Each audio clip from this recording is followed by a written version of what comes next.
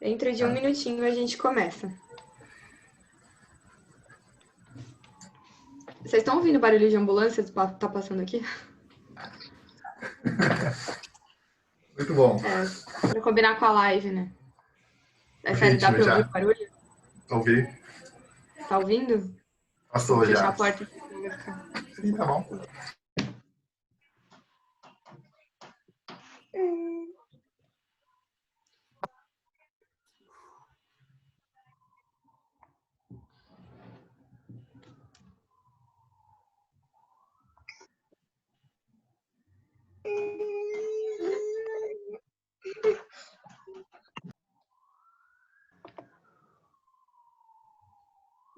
Muita gente fora de Rio Grande aí inscrito, João? Uma parte considerável de hoje é de Rio Grande, mas temos também pessoal de outras cidades.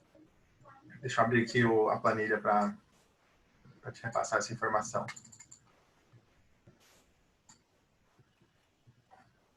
Ao todo foram 90 inscritos, mas de modo geral tem uma perda no momento assim que a gente começar a live, alguns não comparecem. Estamos escrevendo ali no chat Maringá, Minas Gerais. Caratinga. Legal. Tanto Paraná quanto Minas já tem residência de emergência, hein? Tá ligado aí, o pessoal de Minas aí quebra tudo em Montes Claros. Tem o Emergency in Black aí para seguir nas redes sociais. Teresina, Petrópolis, Goiânia, Assis, São Paulo, Goiânia. Tá entrando mais gente ainda. Eu tô esperando mais um pouquinho, mas acho que já podemos começar, né? Goiânia tá para oficializar a regional lá da Abramed. Com certeza, tendo um braço lá no estado, vai catalisar muito mais, né? Esses processos aí de residência, eventos, enfim, analisar. Ai, amiga, já te escuto, tava acabando aqui. Temos inscritos de Recife, Maranhão, Rio de Janeiro, Ceará, Ribeirão Preto.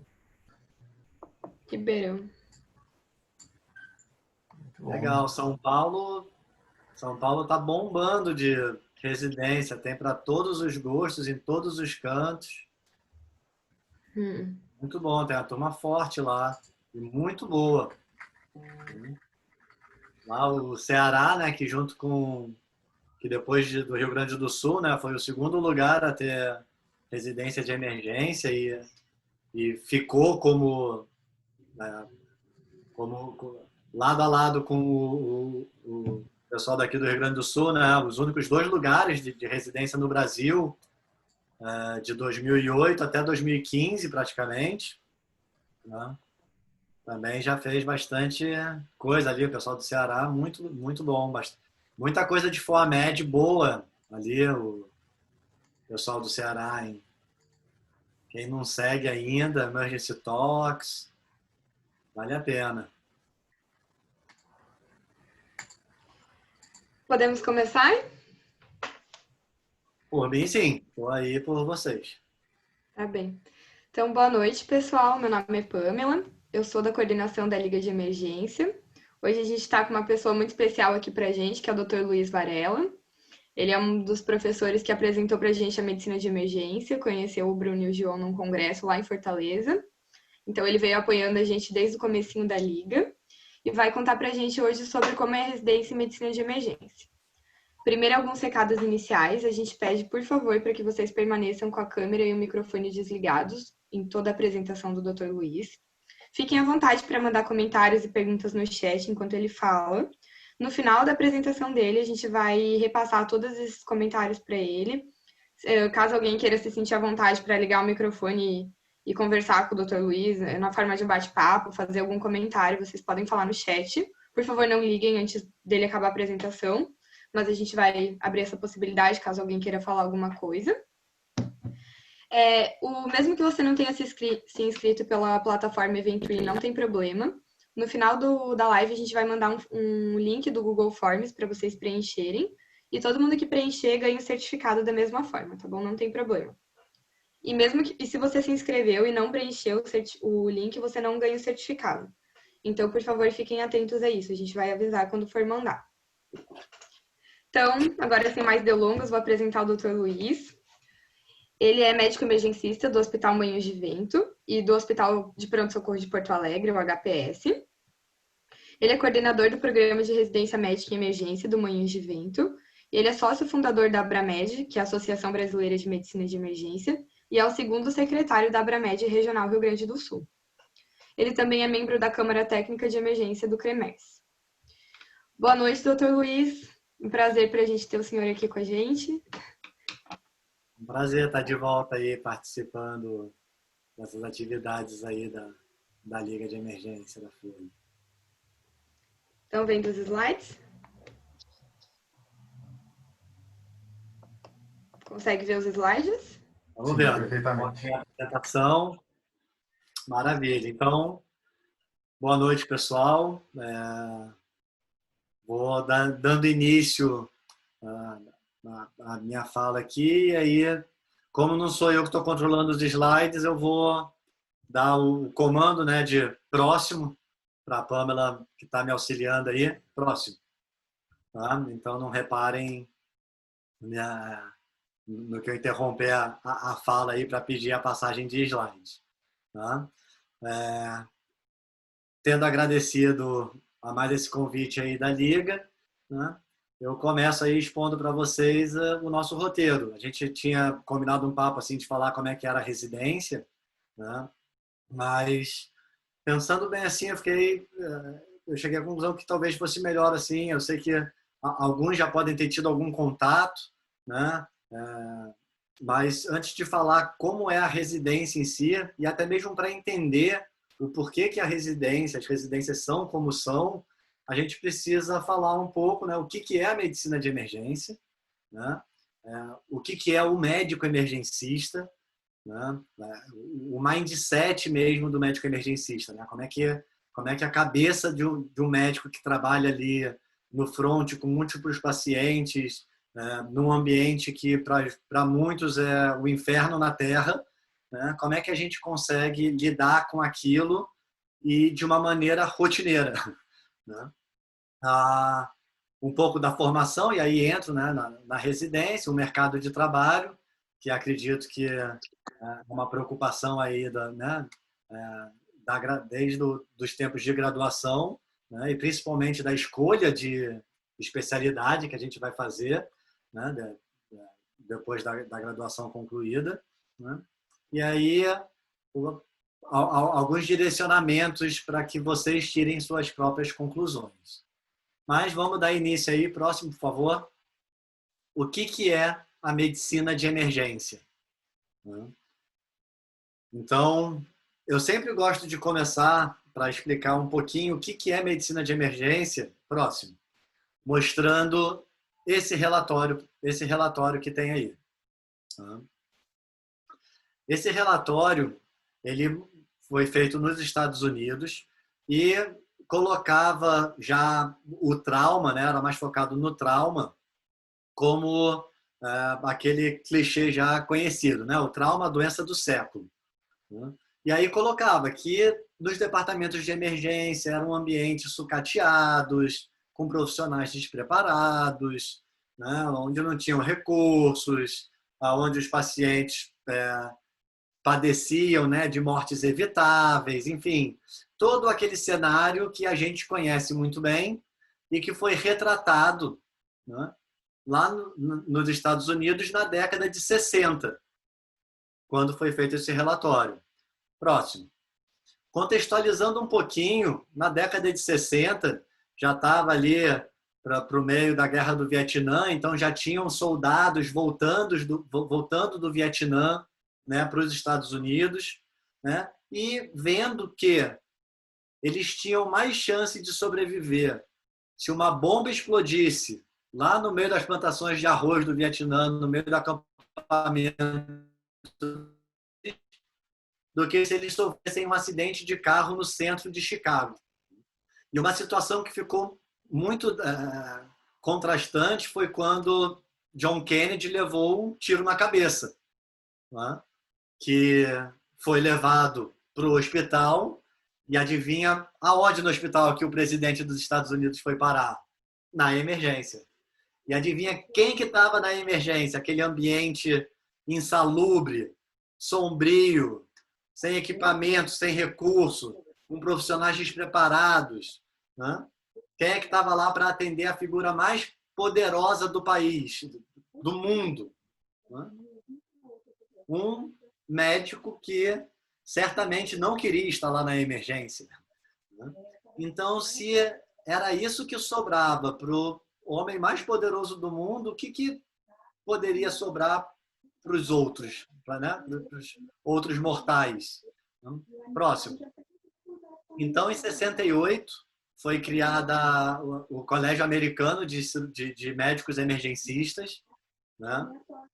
Com a função de tornar a medicina de emergência uma especialidade, né? Uma área de conhecimento específica, né? Que deveria ter o seu valor, né? No conhecimento que a contém, né? E levou pouco mais de 10 anos para que a ACEP, né, conseguisse, em 79, reconhecer a medicina de emergência como especialidade, né? E de 79 para cá, bom, o resto é história. E muitas vezes a gente conhece melhor a história da medicina de emergência de outros países do que a do nosso mesmo, né, do nosso próprio, né? Próximo. E desde a época de 60, lá, 70, quando começou um seriado MASH, né, que falava exatamente da equipe, da atuação da medicina de emergência, né, no cenário de guerra, né, passou por outras formulações e ficou mundialmente conhecido aí, glamourizado no seriado Plantão Médico, né, no IA, né, que certamente aí, vocês já devem ter visto ou pelo menos ouvido falar, né? Mais de 10 anos de sucesso aí. E aí a gente pensa assim, bom, o médico emergencista, né, vendo pelos seriados, é tudo tão glamouroso e na emergência tem tudo, e os médicos viajam e têm carros bons e são felizes e têm vida fora do hospital, né? E a gente acha que isso tudo é ficção, né? Então, eu vou mostrar para vocês os próximo, por favor, Pamela. O Medscape, que faz a pesquisa anual, e aí eu venho acompanhando ela desde 2018, mas eu trago os dados mais atuais, né? Agora, a recém-publicada pesquisa de 2020. Próximo. Coloca aí, né, a compensação financeira da medicina de emergência em meio às outras especialidades nos Estados Unidos, né? Pelo que vocês podem ver, né, não estão ali nas especialidades que mais pagam, né, o especialista, mas também não são das piores, né? Não é das piores. Está ali no meio, ali entre os 200 e 500 mil de dólares ano, né, que o especialista arrecada. A medicina de emergência está numa posição ali bem mediana, né, com 357, né, praticamente na metade ali. Mas o mais relevante para mim do que a pesquisa de compensação financeira é essa próxima que eu vou mostrar para vocês, pode passar, que tem a compensação justa, né? Quando é perguntado, você se sente justamente recompensado, né? E aí não só da parte financeira, mas também da parte, né, de qualidade de vida, de qualidade de trabalho, né? Uma coisa mais geral, mais global, né? E o médico emergencista se reconhece, né, muito justamente recompensado com isso, né? Então, esse é um dado que chama muita atenção, porque mostra que não é só a ficção da televisão, né? Que às vezes a vida realmente imita a arte. Pode passar. Mas no Brasil, como é que é, né? Como é que a gente tem, e eu vou me referir à realidade ainda vigente, porque apesar da gente ter progredido muito, né, tomando por conta as dimensões continentais do nosso país, a gente pode dizer que predomina, né, na imensa maioria do território brasileiro, próximo, por favor, uma situação de total desordem, tanto dos serviços quanto dos funcionários de emergência, né?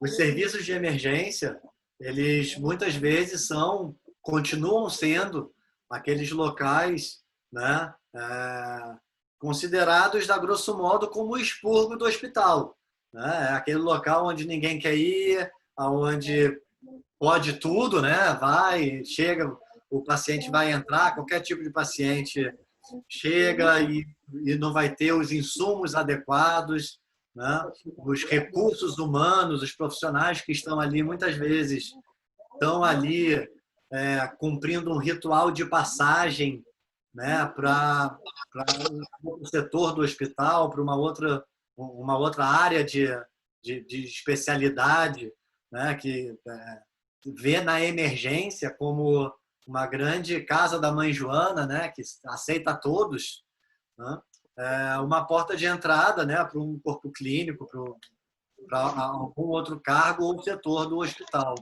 né? E com isso, obviamente, afeta o comprometimento, né, do profissional que ali está trabalhando com o seu trabalho. Próximo, por favor. Então,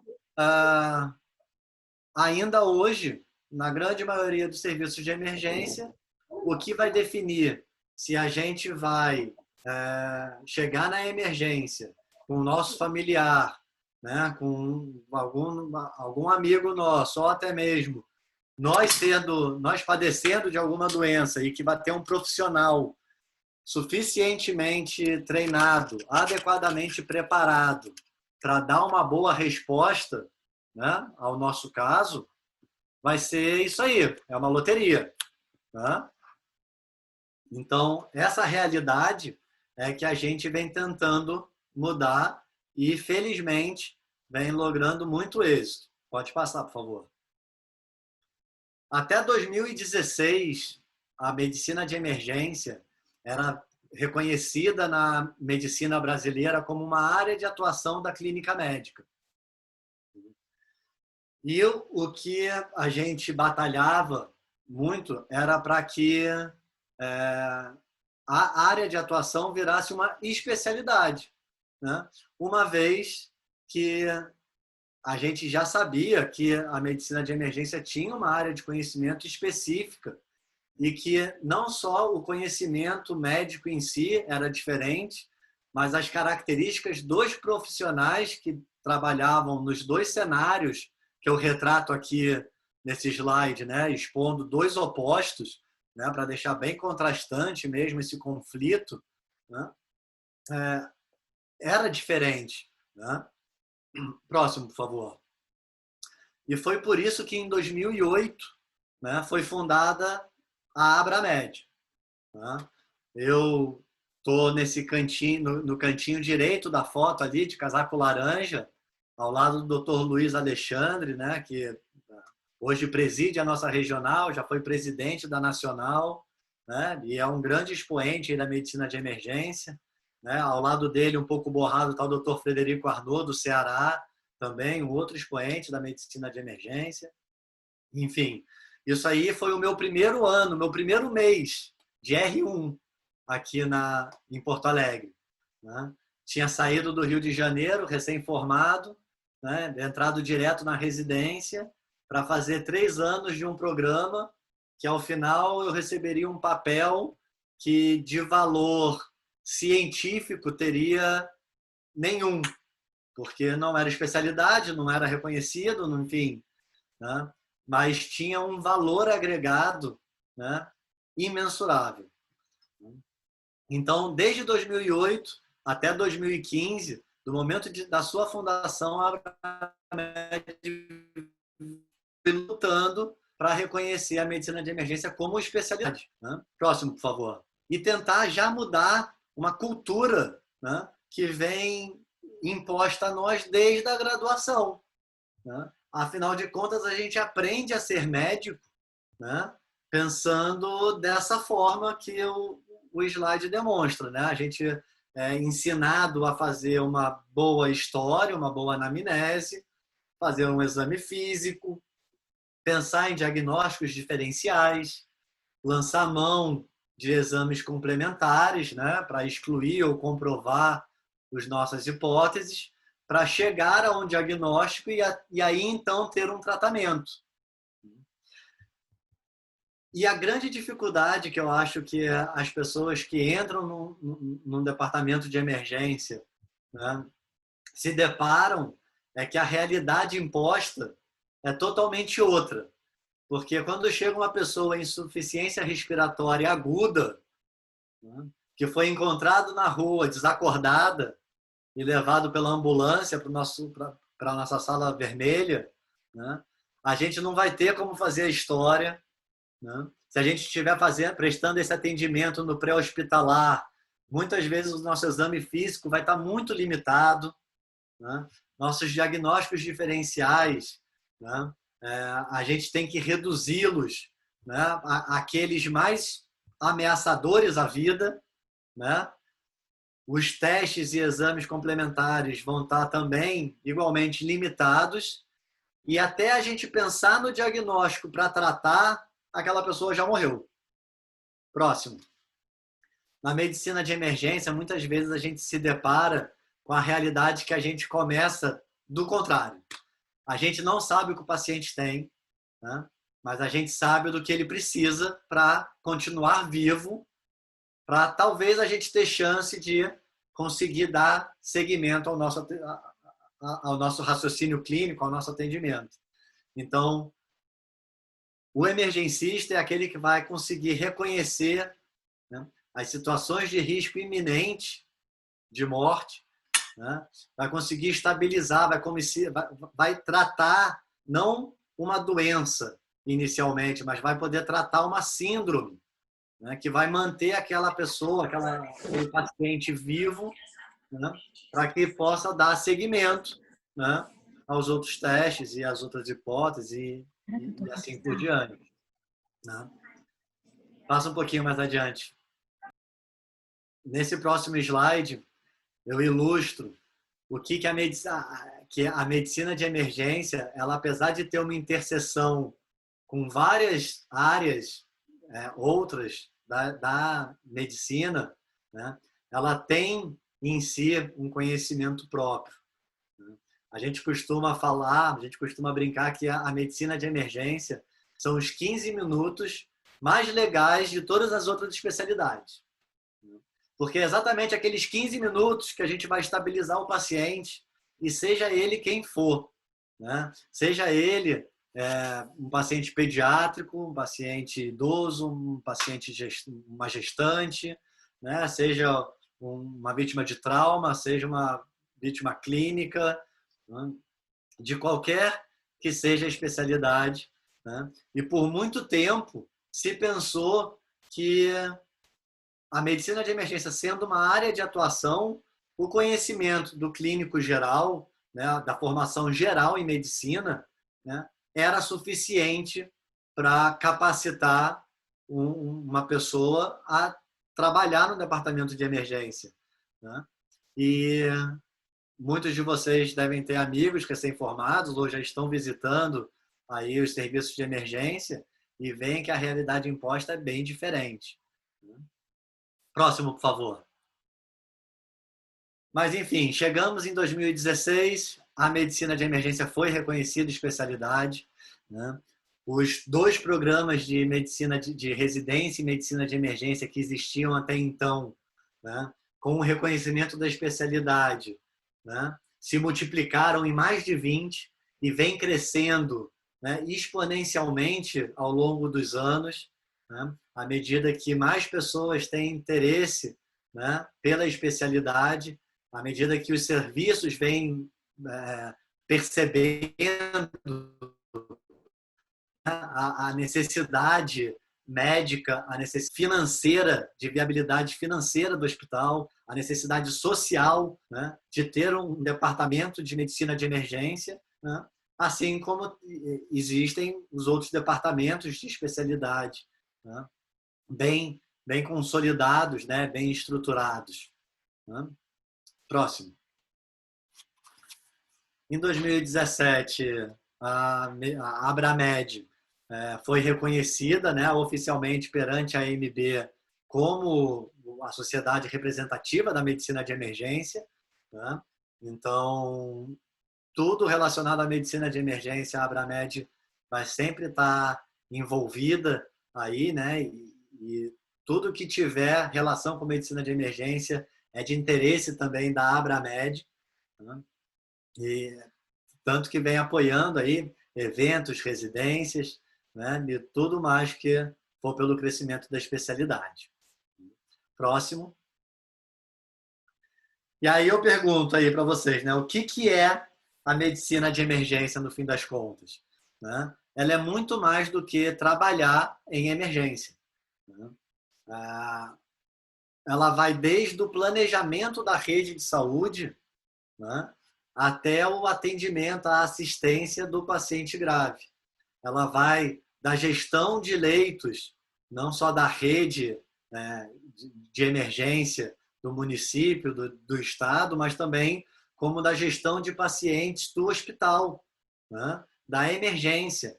Essa questão de achar que a emergência é um hospital à parte, como vem sendo incutido na nossa cultura médica, né? Isso está mudando. E a gente está cada vez mais percebendo que o departamento de emergência não é um hospital à parte, e sim uma parte do hospital. E digo mais, uma das partes mais importantes, né? Porque quem pensa que o departamento de emergência só dá prejuízo, né? Se for analisar números brutos, pode até que tenha alguma razão.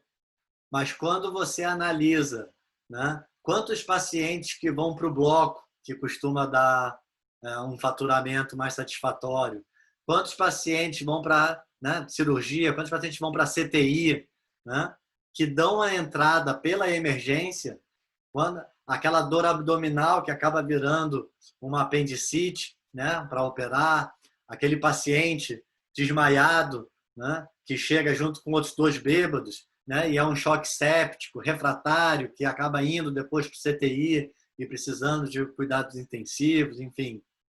Tudo isso, né, faz parte aí da medicina de emergência, que vai muito além da assistência.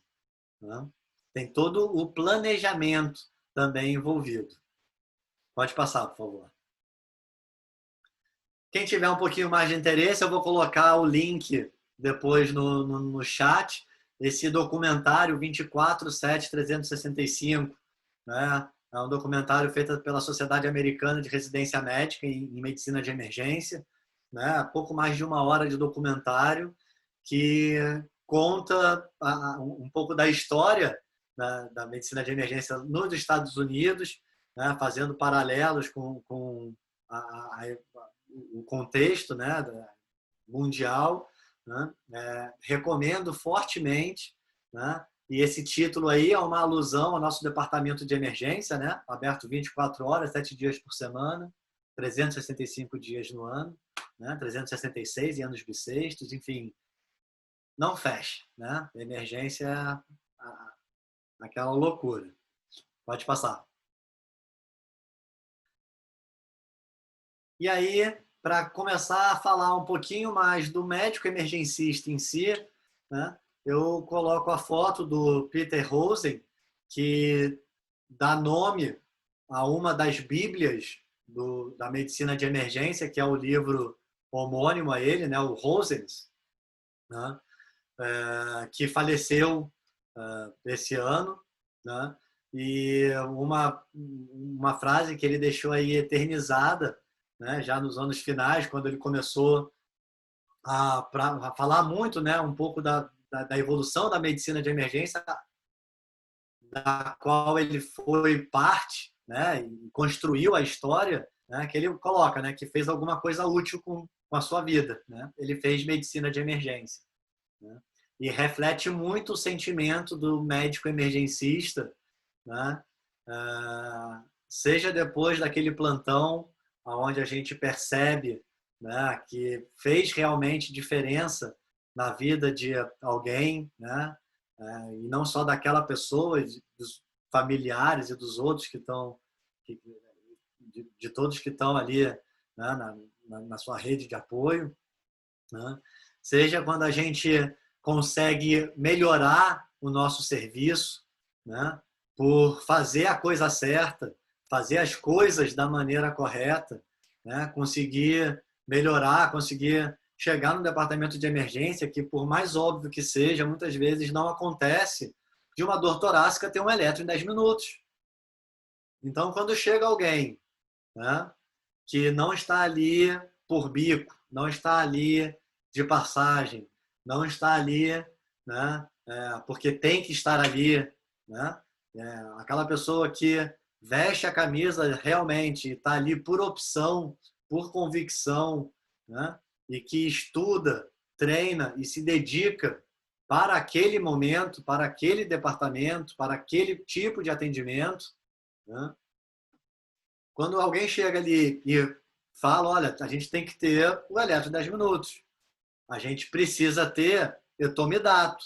A gente não pode ter só mida e fenta, né?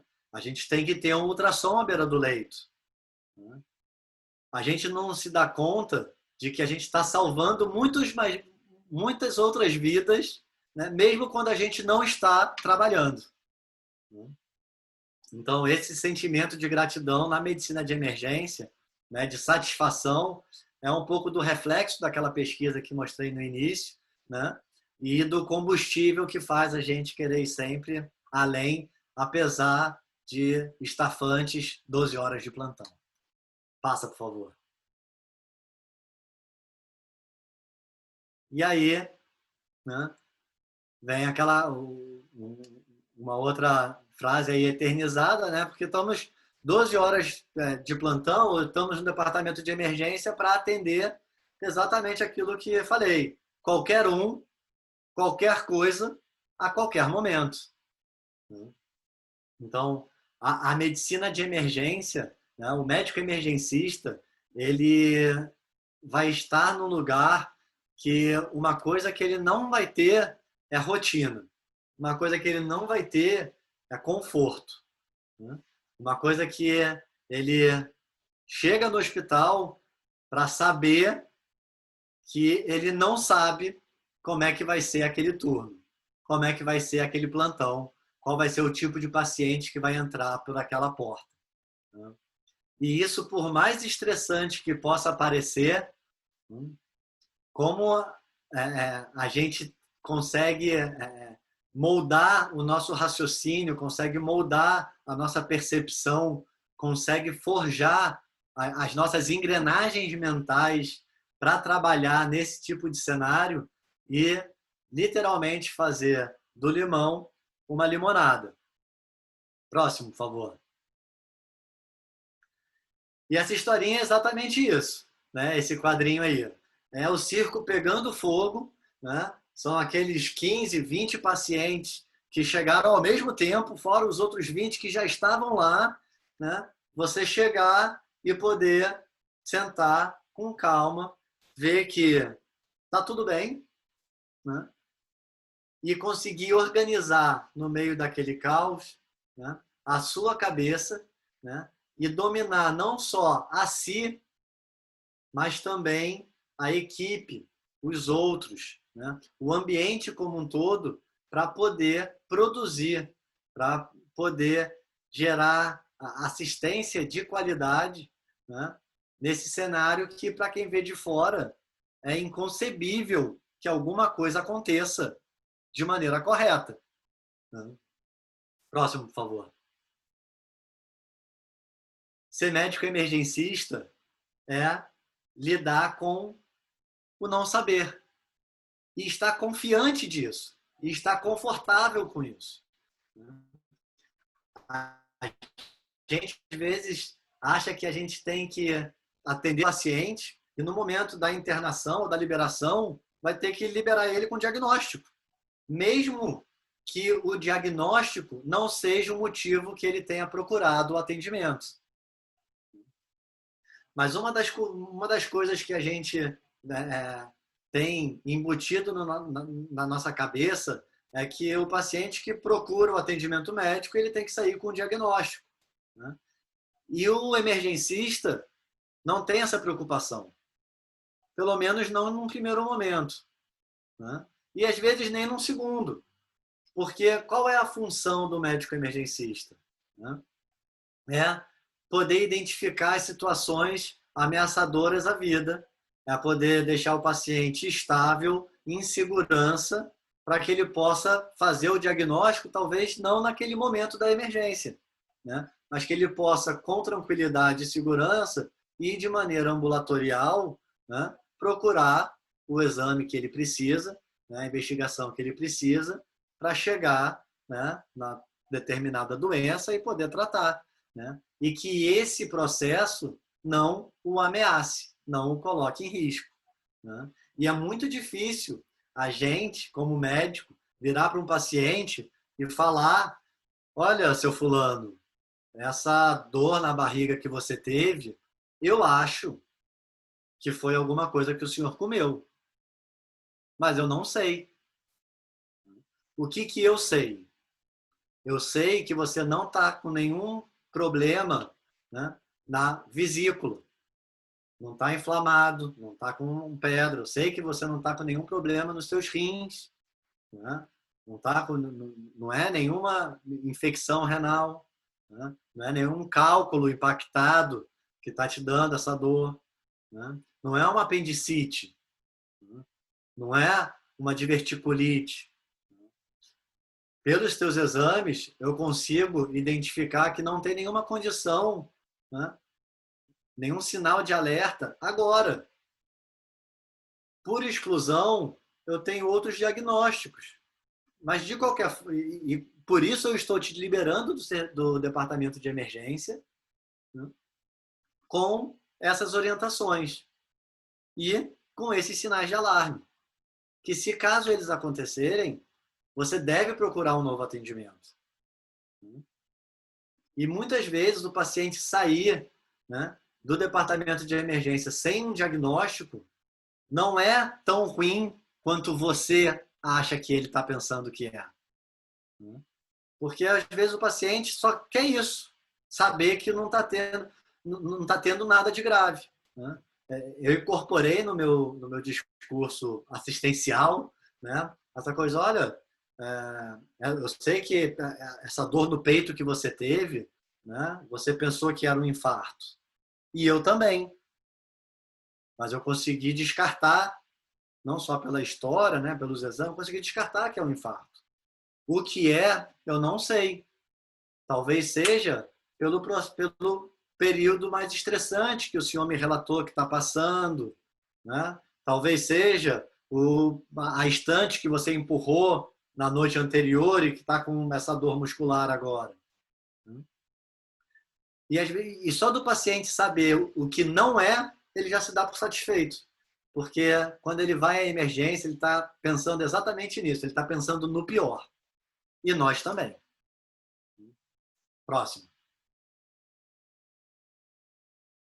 Apesar de não saber e ter um ambiente caótico, você conseguir harmonizar a equipe para conseguir trabalhar, né, de uma maneira que coloque, né, a assistência adiante, né?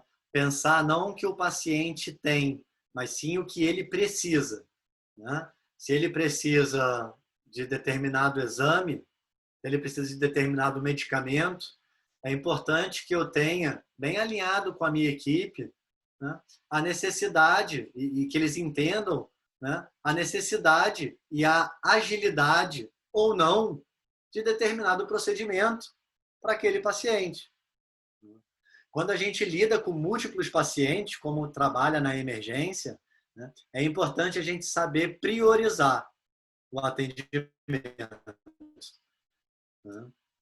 E a gente na cabeça que ninguém faz nada sozinho. Eu não atendo 20 pacientes, né, em paralelo sozinho. Para isso eu dependo de toda a equipe, né? E isso aí vai desde a equipe médica, né, a equipe de enfermagem com o enfermeiro, com os técnicos de enfermagem, a farmacêutica, a fisioterapeuta, a equipe da psicologia, a equipe da limpeza, que tem que saber que dos 3 leitos que precisam ser limpos, né, o leito da sala monitorizada é a prioridade, porque eu tenho um paciente que tem que ir para lá, né? Ou aquele outro leito que está no leito de isolamento é a nossa prioridade, porque eu preciso retirar um paciente da sala de medicação, porque ele tem que ir para ali, né?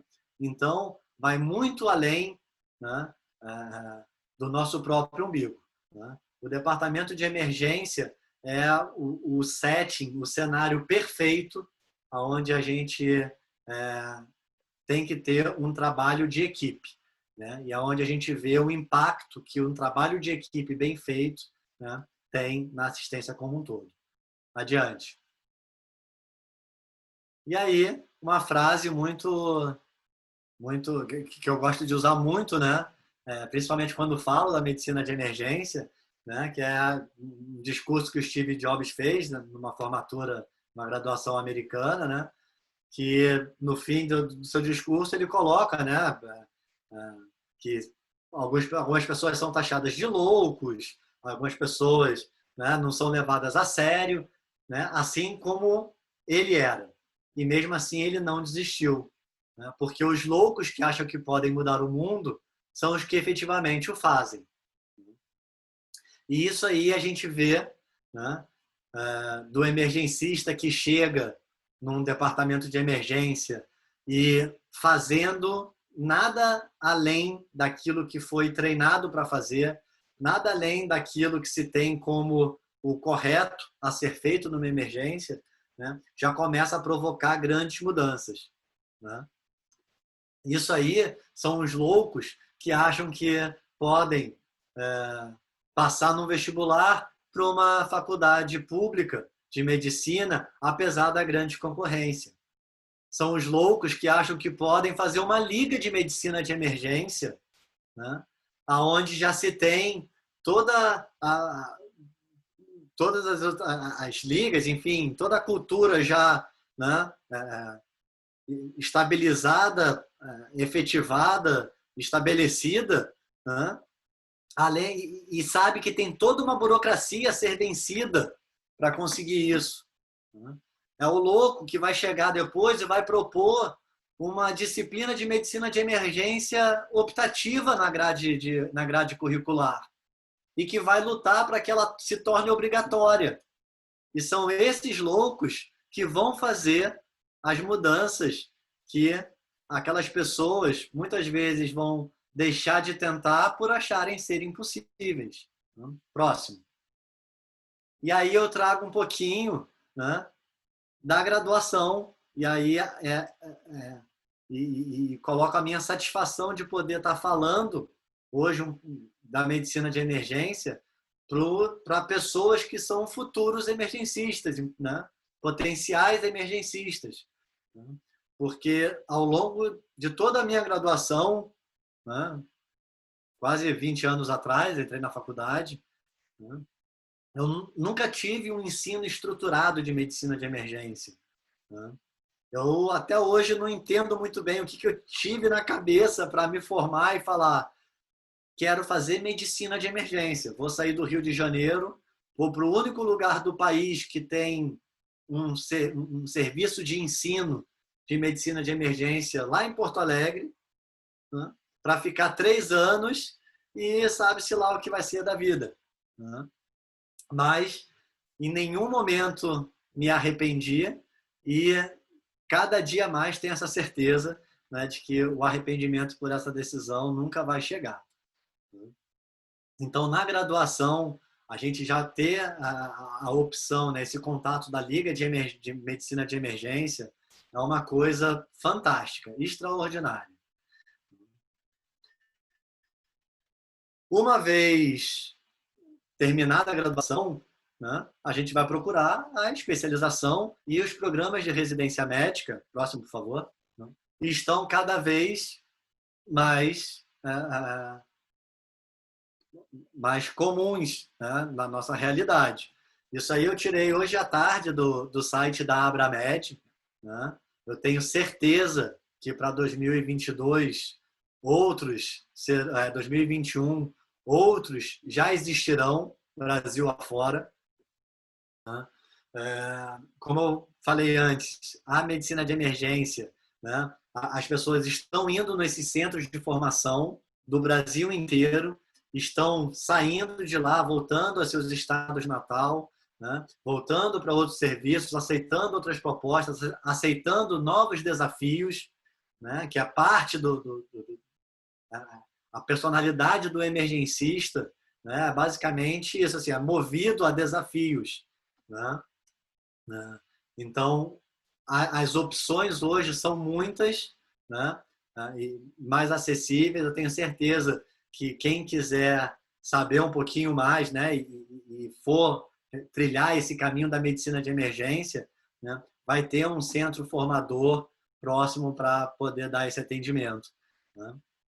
Eu comentei um pouco antes da gente começar aqui a fala, né, no bate-papo que estava tendo de microfone aberto aí com a organização, né, que a comissão acadêmica da Abramed, né, e quem não tem o Instagram deles, siga, está fazendo uma série de postagens e entrevistas com médicos residentes dos diferentes programas de residência médica, né, para cada um expor o seu programa e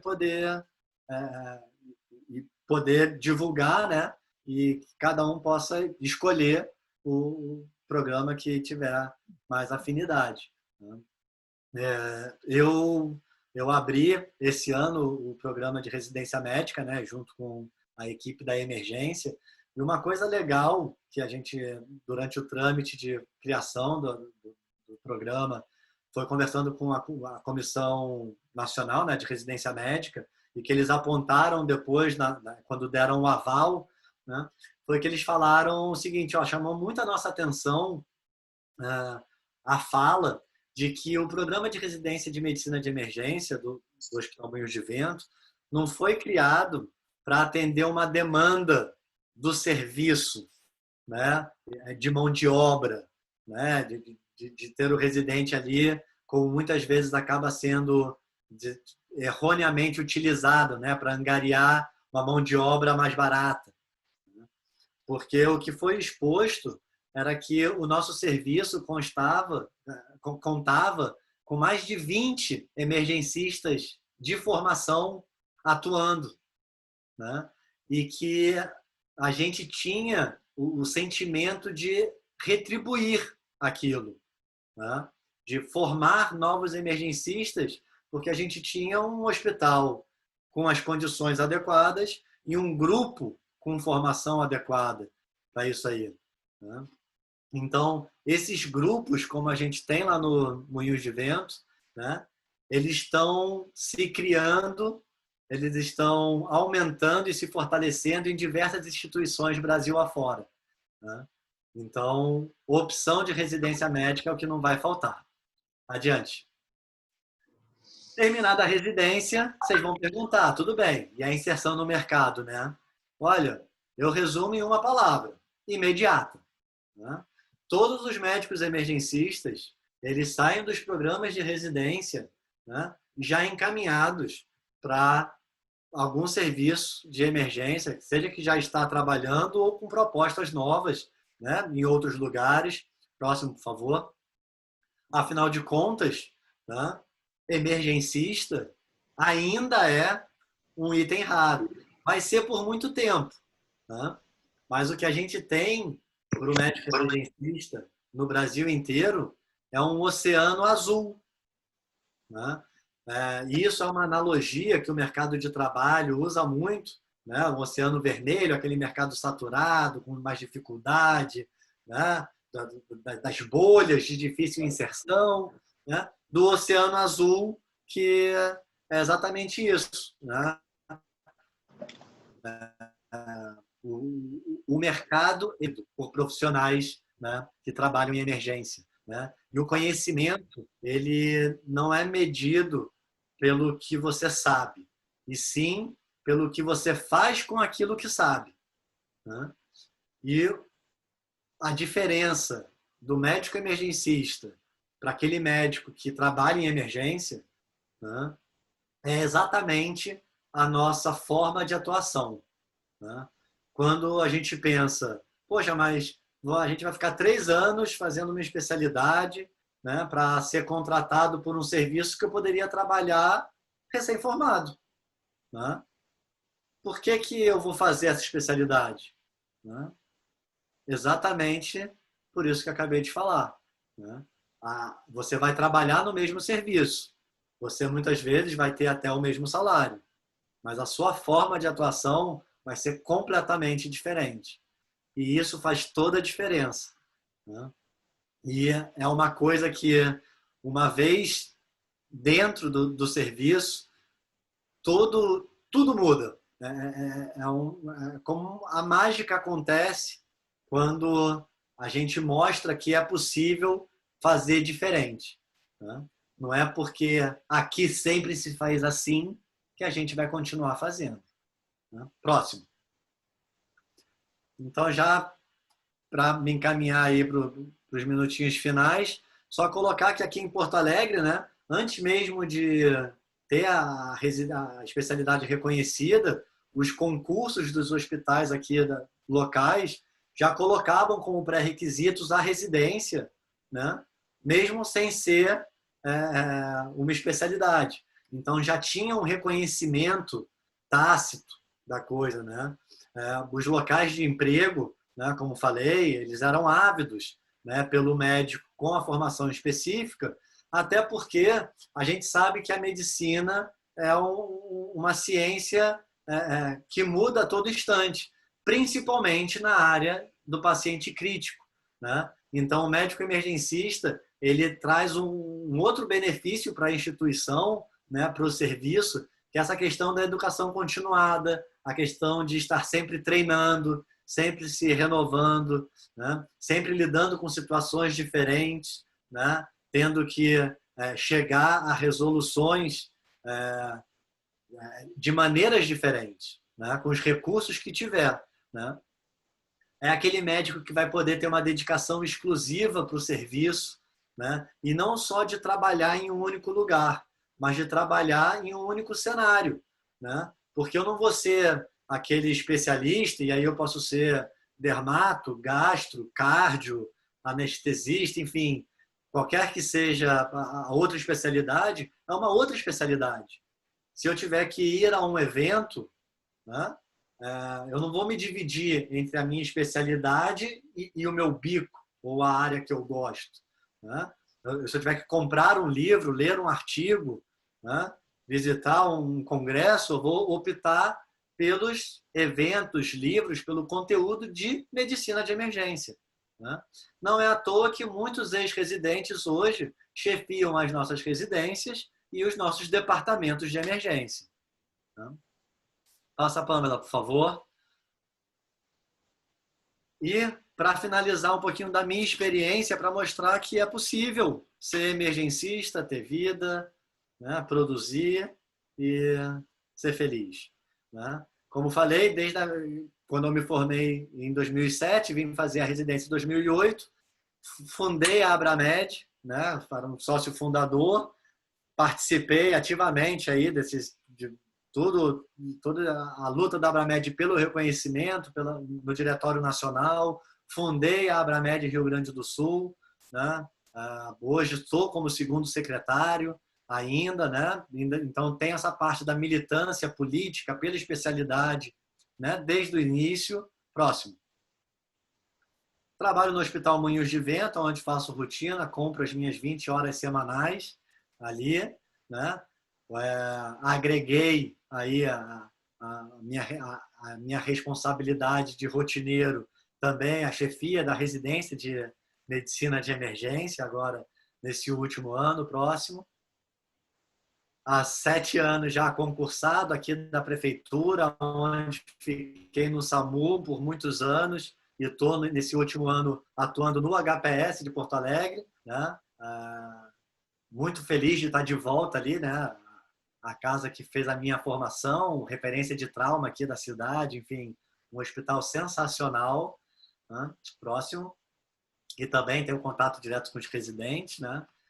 E então minha vida profissional teve esse rumo. Em 2008, quando comecei a residência, foi quando conheci minha esposa, né? Atualmente, próximo, com quem depois, né, de casado tive aí, gostei tanto de gaúcha, né, que fiz 2 só para mim aí, essas 2 princesas, a Catarina e a Helena, né, que hoje tem, na foto estavam um pouquinho mais novas, agora estão com 1 ano e meio e 4 e meio, né, próximo. E aí, para quem acha que a gente vai ficar só trabalhando, né, eu coloquei aí, tenho 2 empregos, um na iniciativa pública, um na iniciativa privada. Minhas 20 horas semanais no Moinhos são distribuídas aí no gráfico da semana, né, de segunda a quinta. Quartas e sextas eu não trabalho no Moinhos como rotina. Tenho minha carga horária do HPS como um plantão fixo de 12 horas noturnos na sexta e 24 horas de final de semana por mês, né? Então, se você vê aí essa minha agenda, eu tenho bastante tempo para me dedicar, né? Seja a fazer mais plantão, se eu quiser fazer hora extra, seja me dedicar aos residentes, seja me dedicar à minha família, seja me dedicar às coisas que me fazem bem. E aí pode ser pintura, pode ser esporte, pode ser série na Netflix, ler um livro, enfim, pode ser aquilo que faz você manter a cabeça sã para poder atuar, né, num ambiente, né, que vai te forçar o tempo inteiro ao caos, né? Se a gente deixar o ambiente da emergência, ele tende ao caos, isso é verdade, né? Se a gente deixar correr solto, é isso aí, né?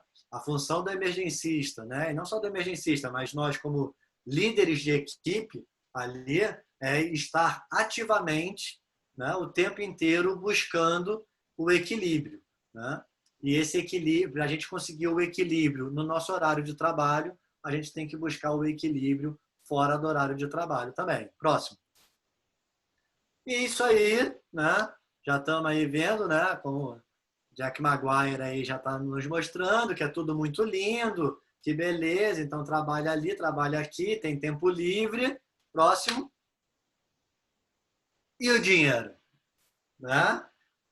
Afinal de contas, né? Ninguém paga a conta com felicidade, né?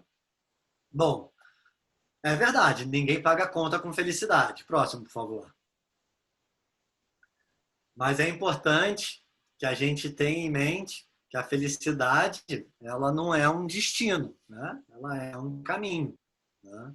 E se você vai optar trabalhar com alguma coisa que você não ame, né? Você não tem como ser feliz e não tem como aquilo se sustentar, né? Então, escolher um trabalho que você ama é saber que você não vai trabalhar, né, um único dia mais na sua vida, né? Por mais clichê que isso possa soar, né, isso se aplica muito à realidade.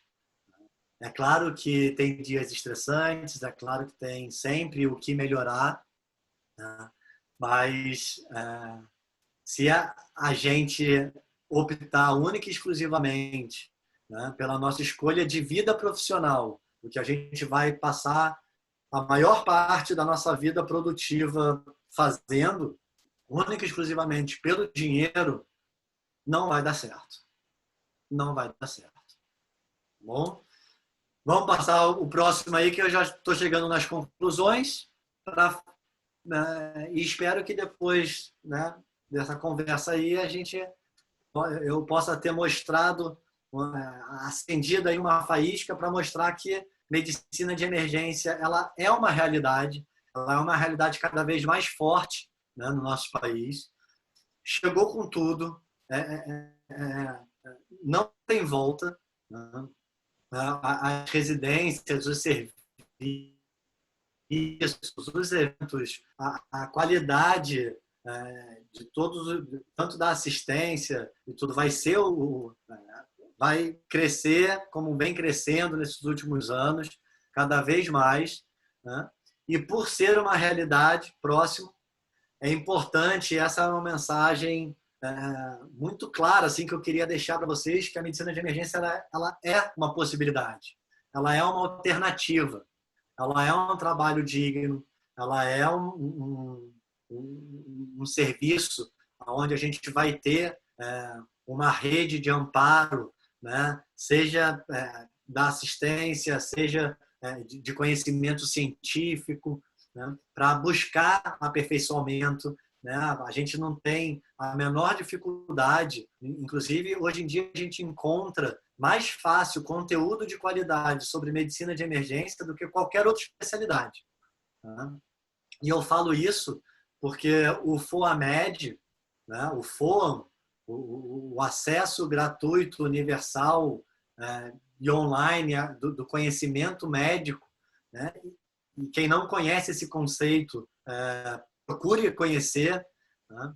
Ele nasceu na medicina de emergência, né? E muito do surgimento do FOAM vem pelo mindset do emergencista, que é essa questão de ter a coisa ali mais dinâmica, né? De ter a necessidade de uma informação atual, né? E de acesso rápido, fácil, né? Próximo. E falar, né, que só os loucos são felizes, né? Então, por mais que pareça loucura, saibam que vocês não estão sozinhos. Próximo. E o que eu tinha falado para vocês, né, que a medicina de emergência deixa a gente sempre fora da nossa zona de conforto, eu quero terminar com essa imagem aí, próximo, porque é fora dela que a mágica acontece. Pode passar. Obrigado. E é isso aí, pessoal. Acabei me estendendo, peço desculpas aí à organização. Como falei, tenho a noite aí a vocês, né? Sei também que a gente não vai se alongar por mais 3h30, e embora por mim eu ficasse até de madrugada, porque não sei se vocês perceberam, mas é um tema que me motiva muito, né? Eu fico muito feliz de poder tentar acender a faísca, e se eu conseguir, eu não digo nem converter, porque isso a gente não cria, né? Isso a gente só mostra, né?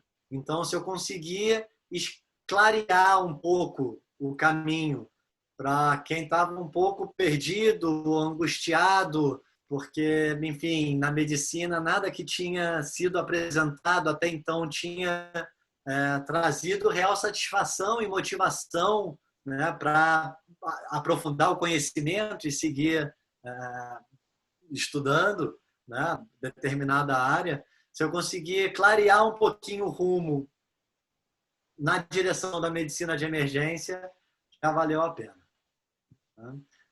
Muito Câmara, como obrigada. é que quer fazer? Estou vendo aqui o chat, já tem mais de 30 mensagens, eu estava com ele fechado, obviamente não vi. O que você me traz aí? Eu respondo tudo, não respondo nada. Fala aí. Os meninos já foram separando as perguntas e me enviando, conforme o pessoal foi mandando. Então, eu já estou com algumas separadas aqui. Antes disso, eu queria fazer um comentário. Para mim, essa palestra é muito especial, porque eu já entrei na medicina querendo muita emergência, eu gosto muito ainda. E aí, uma vez, a gente, depois de um evento, né, na FUG, a gente foi jantar com o Dr. Luiz. E eu tinha essa visão limitada, assim, de que o emergencista só trabalha e tal. E eu nunca vou esquecer que o Dr. Luiz virou para mim e falou: eu busco as minhas filhas na escola, eu levo elas na escola todos os dias. Porque eu escolhi levar, né? Isso foi uma coisa que me marcou muito, eu nunca vou esquecer. Quando você reclamava da pizza de chocolate com queijo, falou: eu busco as minhas filhas todo dia, né? E que quantos médicos a gente vê que não podem fazer isso, que estão o tempo todo trabalhando, assim. Foi uma coisa que me tocou muito, eu acho muito legal essa palestra. É muita coisa que a gente né? Realmente as pessoas acham que nós somos loucos. Até quem faz medicina às vezes acha, nossa, que feio, quer ver sangue, que é isso, que é aquilo, mas é uma especialidade incrível e é realmente salva E, vidas, ô, né? Pamela, não, Oi? e uma coisa engraçada assim, é que é exatamente isso, né? A pessoa não entende como é que você vai ser médico sem consultório, né? Uhum. Porque, afinal de contas, o nosso esquema é esse. A gente trabalha ali de 8 às 8, enfim, 4 horas da tarde eu saio, eu passo o plantão e saio. Não tenho telefone tocando, não tenho nada, não tem paciente ligando, familiar para questionando. Passei o plantão, acabou, né? É, é claro que tem prós e contras disso tudo, né? Mas é aquela coisa assim, mas você vai ser o médico aí, não vai ter consultório e não vai ter, e as pessoas não entendem muito bem. E eu até respondo brincando, né? Quando fala, medicina e tal, eu sou emergencista. Aí vai, como é que é? E teu consultório, né? Ah, meu consultório tá bombando. Tá aí, ó, 24 horas aberto, não para de chegar gente, tá? Cada hora chega mais gente, e agora então pessoas da área médica às vezes têm dificuldade de assimilar isso aí, né? Então o público leigo, né? Muito mais, né? E vai ter sempre aquela história, né? Que a grama do vizinho é mais verde. Não tem essa. Ah, eu não recebo paciente, eu não interno paciente, eu não tenho telefone, é muito bom, mas também não ganho as diárias, não ganho coisa. Não... É, realmente. Né? Mas aí, quando as pessoas falam isso, assim, né, sobre emergencista, eu retorno assim, e o internista? Ele pensa, o emergencista pode pensar isso do internista, tudo bem. E o internista pensa o que sobre o hemodinamicista?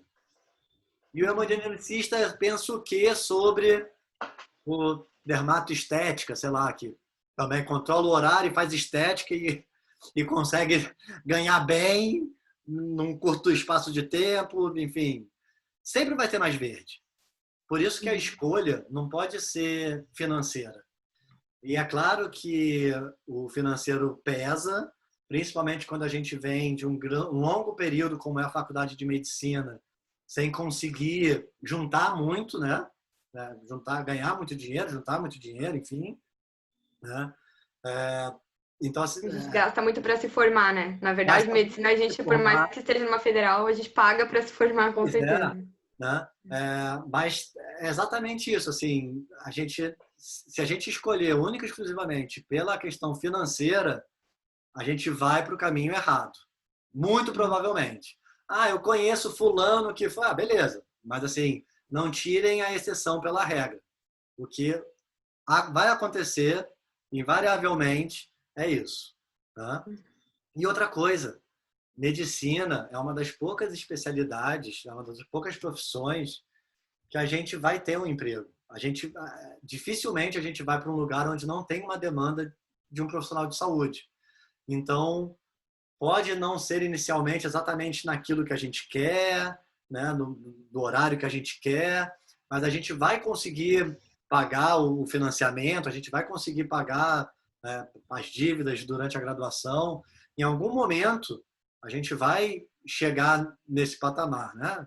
Porque, enfim, o profissional médico tem essa vantagem, né? Sobre outros profissionais, né? Principalmente os que não são da área de saúde.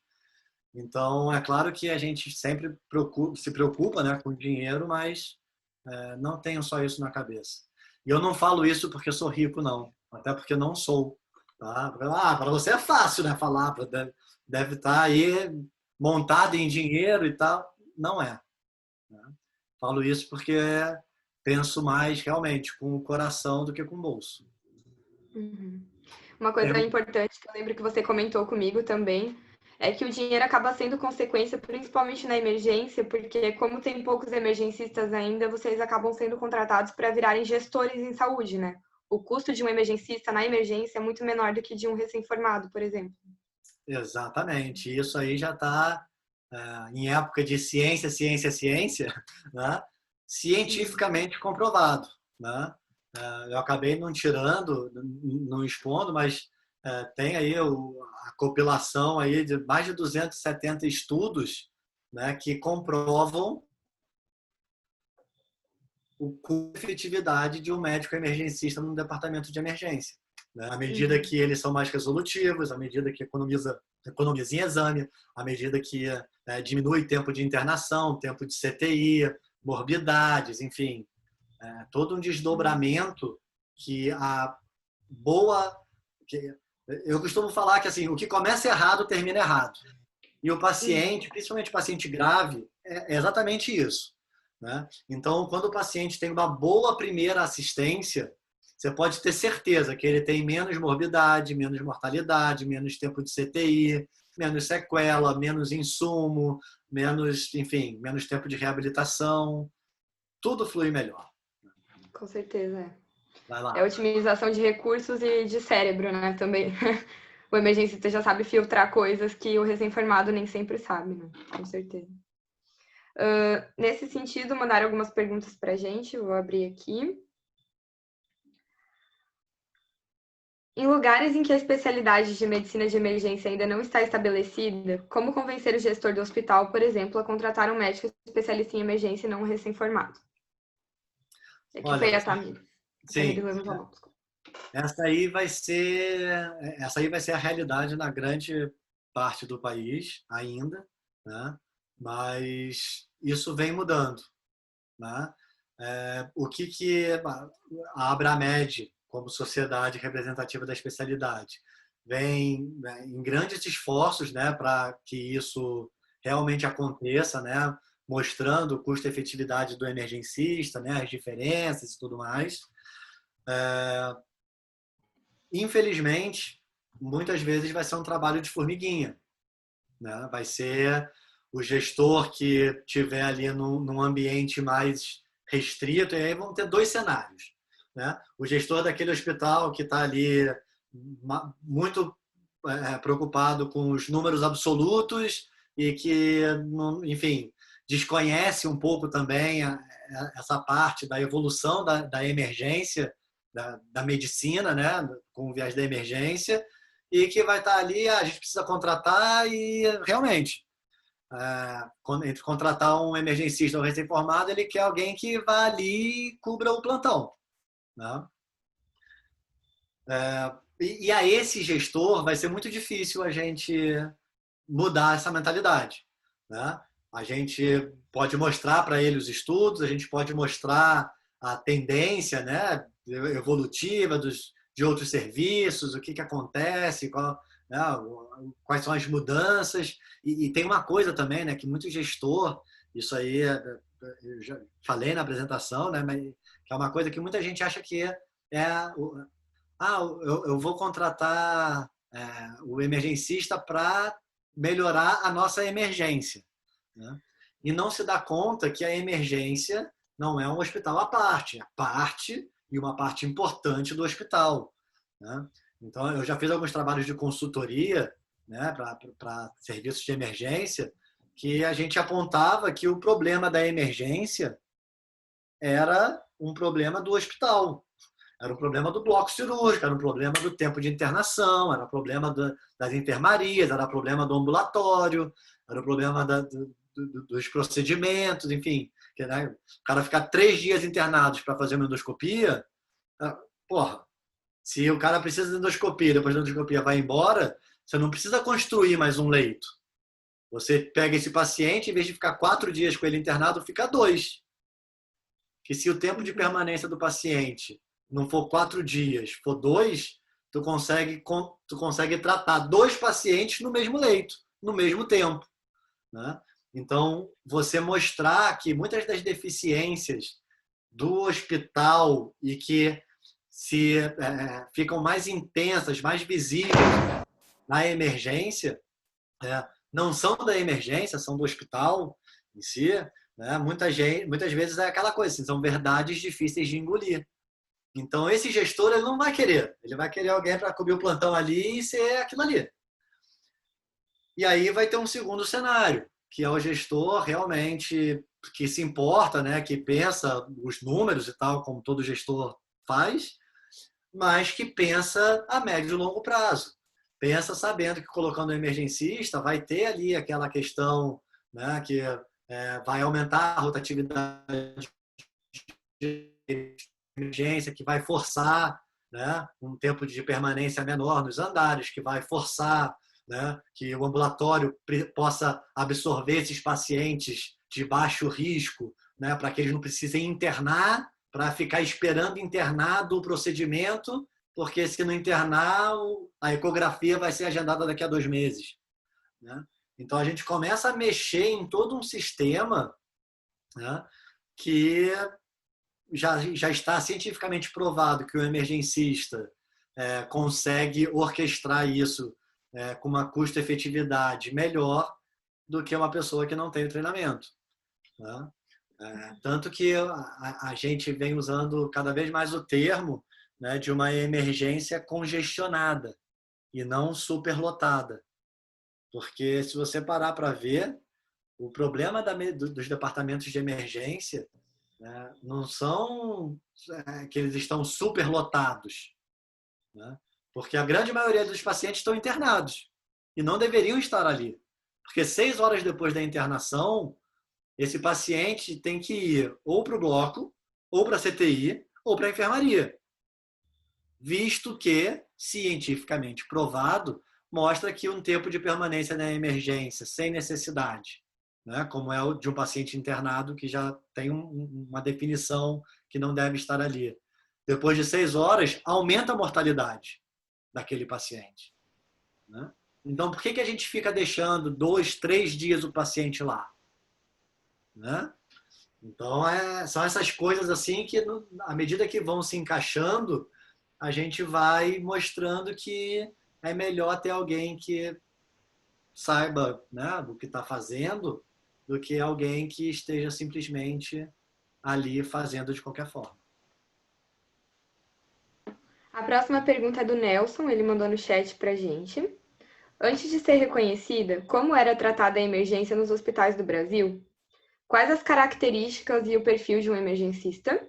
E que habilidades o profissional costuma desenvolver para atuar na área e na rotina do trabalho? Bom, os serviços de emergência, eles são como a gente retratou aqui, né? Assim, o expurgo do hospital, a casa da mãe Joana, né? Ninguém manda ali. Imagina se você chega e fala assim, chega no bloco cirúrgico do teu hospital e fala assim, estou mandando um paciente aí para operar.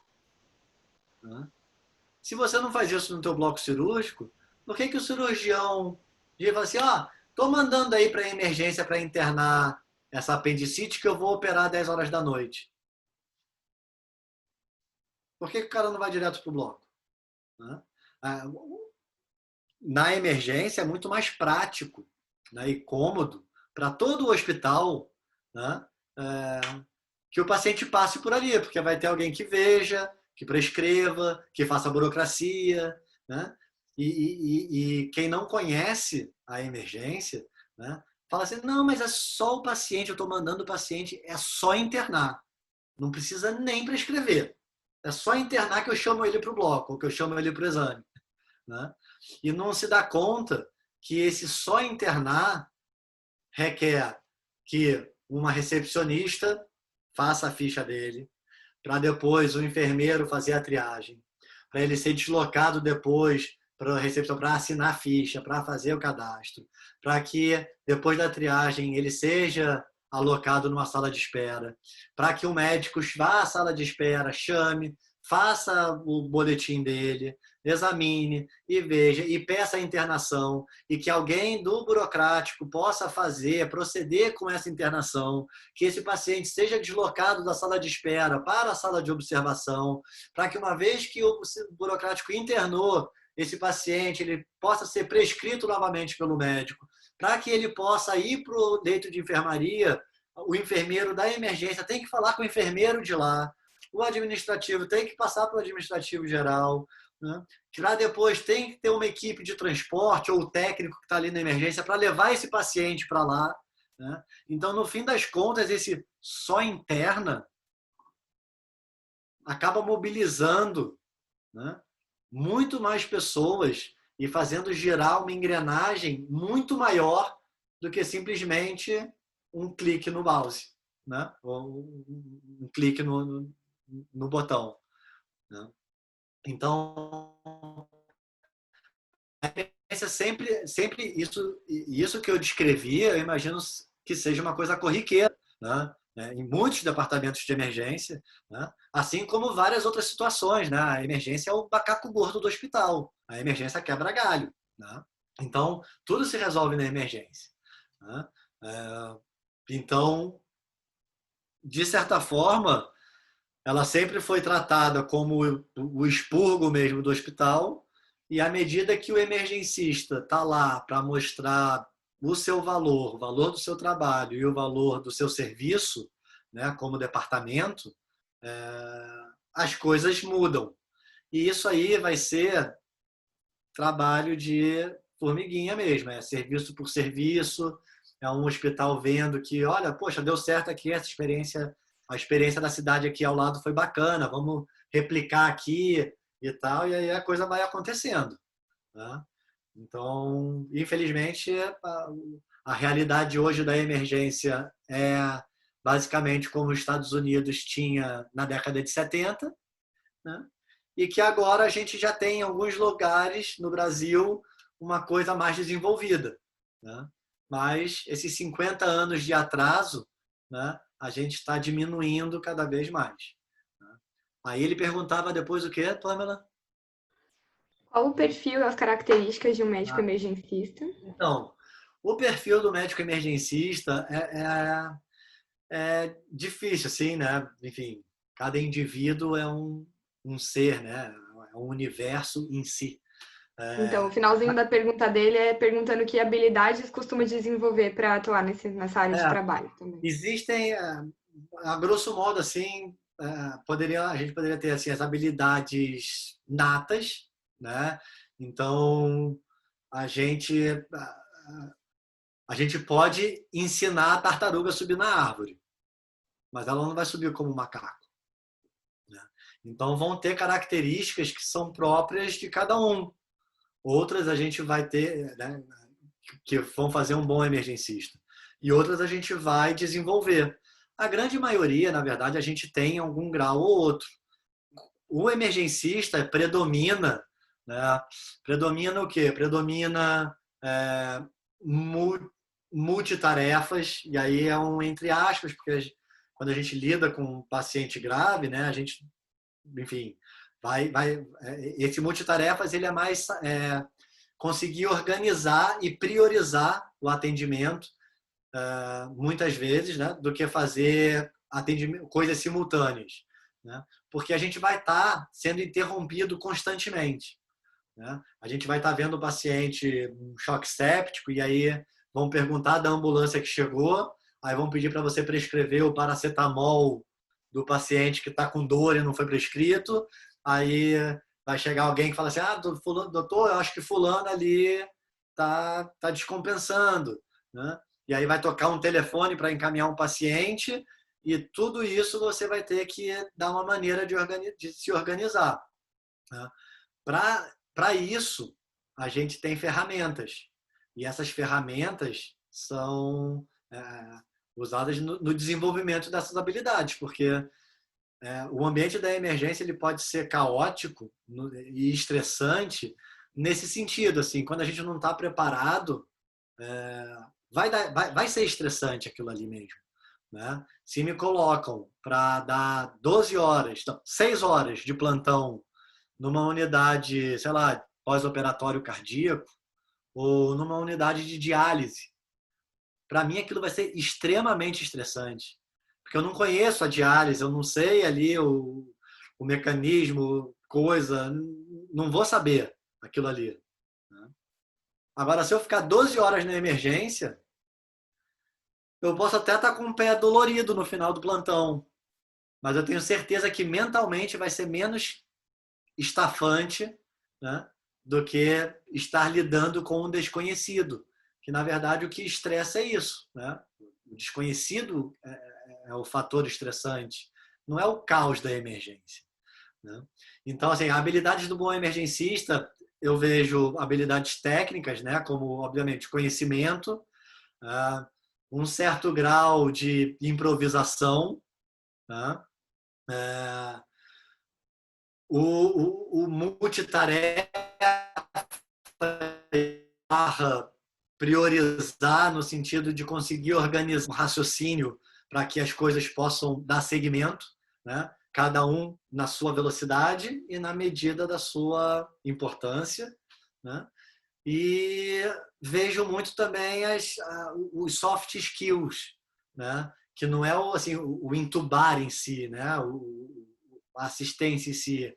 É aquela coisa de você, num ambiente caótico, conseguir que reine a paz.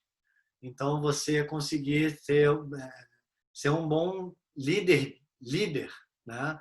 Ser um chefe ali do time, do seu plantão, para conseguir manter um ambiente. Você tem que controlar, né, a si, controlar o paciente, controlar o ambiente, né, para que a coisa consiga fluir. Então, esses soft skills, assim, comunicação, né, não só para o paciente e para o familiar, né, a gente tem que pensar também que a pessoa está ali na emergência, né, o familiar está ali na emergência, não é por opção, não é porque ele quis. Não foi, ele abriu o livrinho, agendou uma consulta e pegou o especialista da sua conveniência. Ele foi ali porque ele precisava ir ali, seja qual for o atendimento. Seja porque ele está com uma faca na cabeça, seja porque ele está com uma dor no peito, seja porque ele está hemiplégico há 1 hora, ou seja porque ele está com aquela famosa bola no pescoço que sobe, desce, vai para a barriga e treme uma mão e sua o pé, enfim. Seja qual for a emergência que o paciente apresente, para o paciente foi uma emergência emergencial o suficiente para que ele saísse de casa e fosse buscar ajuda. Né? E o nosso dia de plantão, o nosso dia de rotina, é mais um dia de plantão, é mais um dia de rotina. E a gente está lidando naqueles 5 minutos de conversa antes de entubar um paciente, com um familiar, a gente está lidando muitas vezes com o pior dia da vida daquela pessoa. Então é muito importante que o emergencista tenha esse tipo de empatia, tenha esse tipo assim de noção de que a gente constrói barreiras, né, para sobreviver a essa rotina, né? Mas é importante que a gente ativamente busque ferramentas para manter essa empatia, manter a comunicação, para poder lidar com as pacientes e familiares e também com os nossos pares, né? Com a nossa equipe. A gente na emergência lida com as outras especialidades muito, né?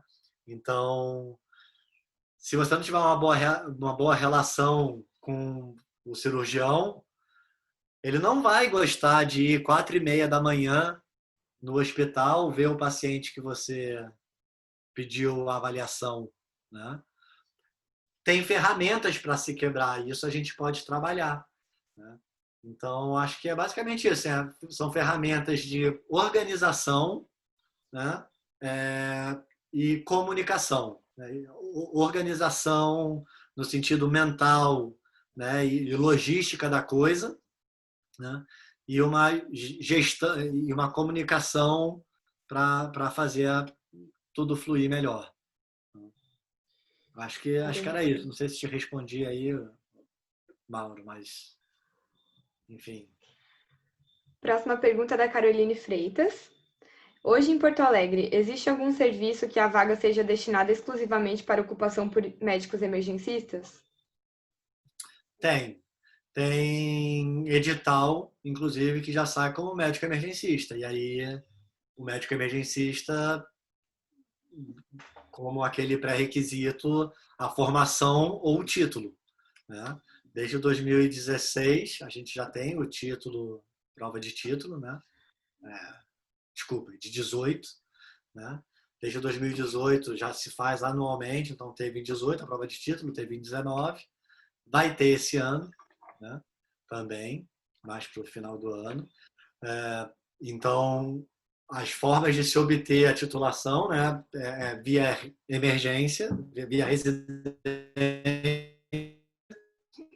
ou via prova, nos moldes que se fazem com prova, tantos anos de especialidade, de atuação e tal, aquela pontuação, faz a prova, passa e, enfim, ganha o título. Né? Já existem serviços, sim, que provam, que pedem exclusivamente emergencistas. A grande maioria, né? E aí eu falo dos estados onde a gente já tem a residência mais consolidada, Minas, São Paulo, Ceará, Rio Grande do Sul, Rio de Janeiro, Espírito Santo, né? A grande maioria dos serviços, eles já colocam o médico emergencista, né, como uma coisa à parte, realmente. Né? Então, para trabalhar na emergência, né, mas um profissional à parte, porém não exclusivo. Né? Então, assim, para trabalhar no departamento de emergência, precisa que tenha uma residência, né, numa área afim. Então, pode ser um cirurgião, anestesista, intensivista, um cardio, né, ou emergencista. Né? Porque, assim, a terapia intensiva já tem 20 anos de reconhecimento da especialidade. E até hoje não conseguiu prover especialistas suficientes para que toda CTI tenha somente intensivistas. A gente não tem a pretensão, né? A Abramed não tem a pretensão, pelo menos não no curto, médio prazo, de que só emergencistas trabalhem em emergência. Primeiro, porque tem muito mais emergência do que CTI, né? E segundo, porque estamos, apesar de já estar na luta aí há mais de 10 anos de reconhecimento e residência e tudo mais, o HPS de Porto Alegre abriu residência em 1996. Né? Então, assim, ainda é uma área nova, ainda é uma coisa que está se construindo, né? Ainda somos pioneiros. Né? Provavelmente, muitos de vocês que entrarem numa residência de medicina de emergência, né, e que daqui a 5, 6 anos concluírem ela, né, ainda serão considerados pioneiros da medicina de emergência. Né? Ainda mais se forem para áreas onde ela não está, né, onde não se iniciou esse processo de desenvolvimento de maneira mais consolidada, né? Outros estados. Mas é isso aí. E o reconhecimento a melhor forma de você provar, né, mostrar qual é o valor do emergencista é deixar ele trabalhar. O resto é consequência. Se vários emergencistas, colegas, assim, terminaram a formação, acabaram indo para outros locais, retornando para a cidade de origem ou tentando a vida em outros cantos, enfim. E, obviamente, foram para a emergência. Né? E aí eu coloco o exemplo de uma ex-residente aqui, a Felícia. Né? Ela é da Bahia, aí veio aqui para Porto Alegre, fez os 3 anos, veio como estagiária, ainda na graduação, voltou, se formou, aí veio como residente. Ficou os 3 anos aqui. Aí voltou para lá, para a Bahia. Aí começou a trabalhar. Aí, de plantonista, ela passou para rotineira. Né? Da rotineira, ela integrou o quadro de preceptores da residência. Né? Dali, passou para chefe da emergência. Né? E tudo isso em menos de 2 meses. Então, a melhor maneira do emergencista mostrar, né, que é diferente você ter um emergencista e ter um recém-formado atuando no departamento de emergência é trabalhando. E é impressionante porque a gente não faz nada demais. A sensação é essa. A gente não faz nada além do que a gente viu no livro que era para fazer. A gente não faz nada diferente do que foi ensinado a fazer. a gente não viu nada diferente do que deve ser feito. E por fazer o óbvio, por fazer o certo, por fazer diferente, na grande maioria das vezes, né, a gente acaba tendo um impacto muito grande e os serviços percebem, né? É consequência. Assim como o dinheiro é consequência, né? O reconhecimento e fortalecimento da especialidade vai vir com o nosso trabalho, com a gente fazendo o que a gente sabe fazer. Simples assim. Agora, uma última pergunta antes da gente encerrar e enviar a lista de presença. Algumas pessoas procuraram a gente aqui por mensagem, perguntando exatamente o que diferencia um emergencista. Vocês estão me ouvindo? Travou a internet? Tá ouvindo? O que diferencia um emergencista de um clínico geral na área de atuação dele, o R1, o R2, o R3, como eles vão aprendendo conforme a residência desenvolve. Por exemplo, o R1 aprende mais a entubar, o R3 mais a passar acesso, ou como é esse tipo de dinâmica? A diferença conceitual assim e principal foi a que eu mostrei na apresentação, né? É o mindset, assim, é a maneira de pensar, é como a engrenagem da cabeça roda diante de um paciente grave, né? Ou diante de um paciente na emergência que seja. Tá? Não vamos extrapolar porque extrapolar só para o grave, embora fique mais claro, esse raciocínio serve para tudo. Né? Paciente que chegou com dor de cabeça. Né? Paciente que chegou com dor de cabeça no consultório do clínico geral, né? Ele vai ter 200 hipóteses diagnósticas, né? E vai sair dali para fazer 10 exames, né? E vai tentar descobrir daqui a não sei quantos meses ou quanto tempo o que pode ser, né, essa dor de cabeça. E enquanto isso vai tratar sintoma. Isso seria uma abordagem do clínico geral no consultório, né, no paciente que chegou com dor de cabeça. O paciente e a pergunta que o clínico geral vai ter diante desse paciente o tempo inteiro vai ser assim, ó, o que esse paciente tem? O que é essa dor de cabeça? Esse mesmo paciente procurou o departamento de emergência. Ao invés da gente se preocupar o que ele tem, a gente vai se perguntar o que ele precisa. O paciente chegou com dor de cabeça na emergência. Das 200 diagnósticos diferenciais que a gente tem, eu tenho 5 ou 6 que vão me importar ali naquele primeiro momento. Porque se esse paciente não tiver, né, tendo uma dissecção, né, de carótida, se esse paciente não estiver tendo uma hemorragia subaracnoide, né, se esse paciente não estiver tendo um AVC, né,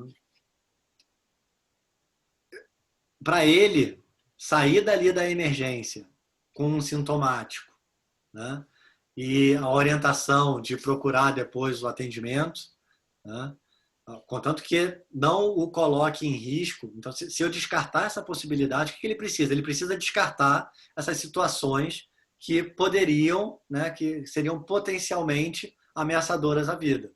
Né? Algumas delas eu descarto na anamnese, algumas delas eu descarto no exame físico, algumas delas eu vou ter que lançar mão de exames. Né? Mas, de uma maneira geral, né, em ali 2, 3 horas, eu vou conseguir liberar esse paciente com sintomáticos e aquele discurso. Não sei o que você tem, né? Sei o que você não tem. E você não tem isso, isso, isso. Com isso eu fico tranquilo, seguro, de lhe mandar para o ambulatório, para o seu médico, para poder seguir, né, essa investigação. Se houver algum sinal de piora, né, sinais de alarme, sinais de alerta, retorne para o nosso atendimento, para uma reavaliação. Né? Então, eu acho que o pensamento, a maneira de pensar É difícil, assim, e a gente vê isso muito claramente quando os residentes de interna passam com a gente, né? Eles ficam fosforilando, não, e se for, e aí ficam pensando na mutação da enzima, do caso raro, que... Não, não. Isso ele vai ver depois. Isso ele vai ver depois de internado, isso ele vai ver depois no consultório. Aqui a gente vai fazer isso. Até porque, sei lá, ressonância de joelho não é um exame de emergência, entende? Então a gente não vai pedir uma ressonância de joelho porque a gente precisa saber se tem algum ligamento, a gente precisa saber, né, se tem alguma coisa, o que está de errado na articulação dessa dor. Não, o cara está com a articulação doendo, eu tenho artrite séptica, eu tenho fratura, né, eu tenho luxação, né, 3 ou 4 doenças reumáticas que eu tenho que descartar ali uma crise aguda e deu. E o paciente vai. Tá? E a gente vê a mesma coisa quando os nossos residentes de medicina de emergência passam com as equipes de medicina interna, né? Que eles passam com as equipes de interna também. Né? Normalmente tem cerca o R1, né? Tem em torno de 6 meses de interna nisso aí também, né? Entre R1 e R2, para poder ver também a realidade, né? O paciente que é visto na emergência vai para o andar, como é que funciona a dinâmica, né? Como é que funciona não só a dinâmica de exames, né? Avaliação e tudo mais, mas a dinâmica da investigação, do raciocínio clínico, né? Que a gente não pode estar limitado só àquilo, né? Mas tem essa diferença fundamental, né? E em relação às habilidades, né, as competências de cada residente, né, a gente tem no site da Abramed tem uma minuta, né, de programa de residência médica onde discrimina ali, né, o R1 deve ser capaz, né, disso, o R2 daquilo, o R3 daquilo outro. Obviamente isso muda em relação a programa, né? O esqueleto sugerido pela Abramed, né? Ele pode sofrer alterações, né, de cada programa, mas o que a gente vê na prática, tá, o R1 já ser capaz de lidar com todo tipo de situação. Tá? E a gente prima muito pelos procedimentos, né, obviamente. Então, o R1 ele tem que ser capaz de entubar, ele tem que ser capaz de usar uma videolaringo, ele tem que ser capaz de usar um buge, né? Tem que ser capaz de fazer um acrico, tem que ser capaz de drenar um tórax, né? Obviamente, marca-passo, acesso central, acesso periférico, enfim. Obviamente, procedimentos que têm menos demanda, né, estatisticamente. Não é toda hora que tu faz uma pericardiocentese na emergência. Né? Obviamente, essas habilidades elas passam a ser delegadas, né, como competências de R+, né, um R2, um R3, né? E num cenário onde você tem um R1 e um R2, essas habilidades de maior complexidade acabam sendo delegadas para o R+, né? E o R1 tem a vez dele de brilhar nesses procedimentos, né, e habilidades mais frequentes, né, acessos, tubo, enfim. A habilidade de comunicação, coletar anamnese, né, passar um caso para o CTI, isso aí a gente assume que já vem da graduação, embora são mais de, sei lá, 500 escolas médicas no país, né? A gente não pode assumir que isso seja uniforme, então acaba no R1 a gente dando uma equalizada, né, nas habilidades que seriam já pré-concebidas, né? E muitas vezes não são, né?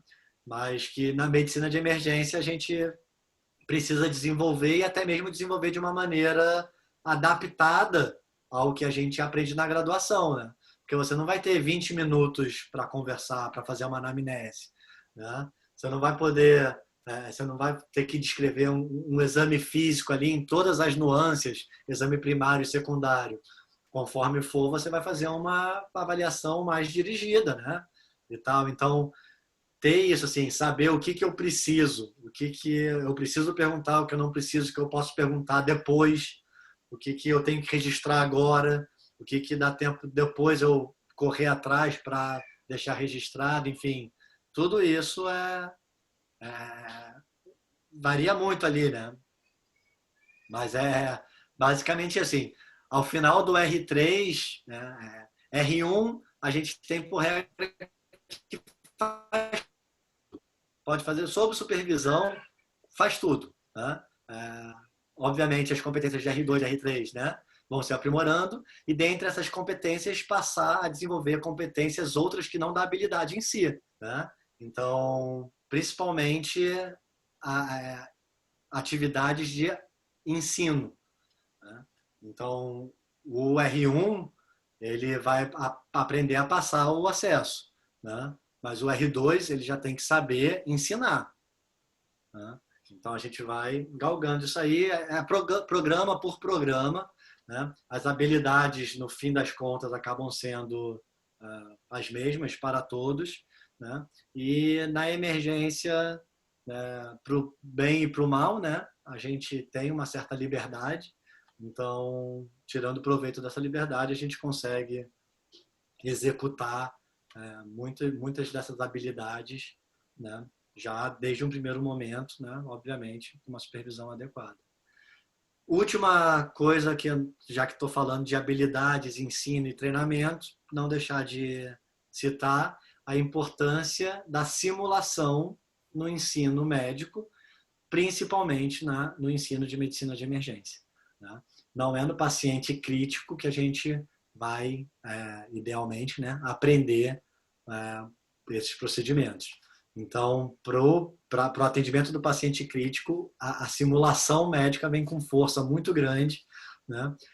E não é à toa que grande parte dos laboratórios de simulação, né, das faculdades acabam sendo capitaneadas ou englobadas pelos emergencistas.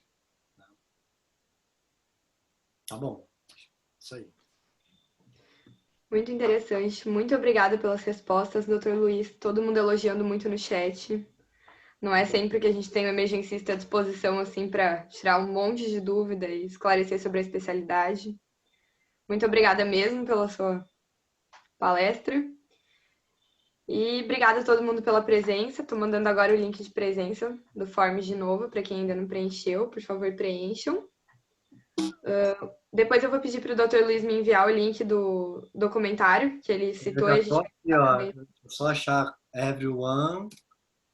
Já tá aí. Foi. Legal. Eu vou também deixar na nossa bio do Instagram, caso alguém queira assistir depois.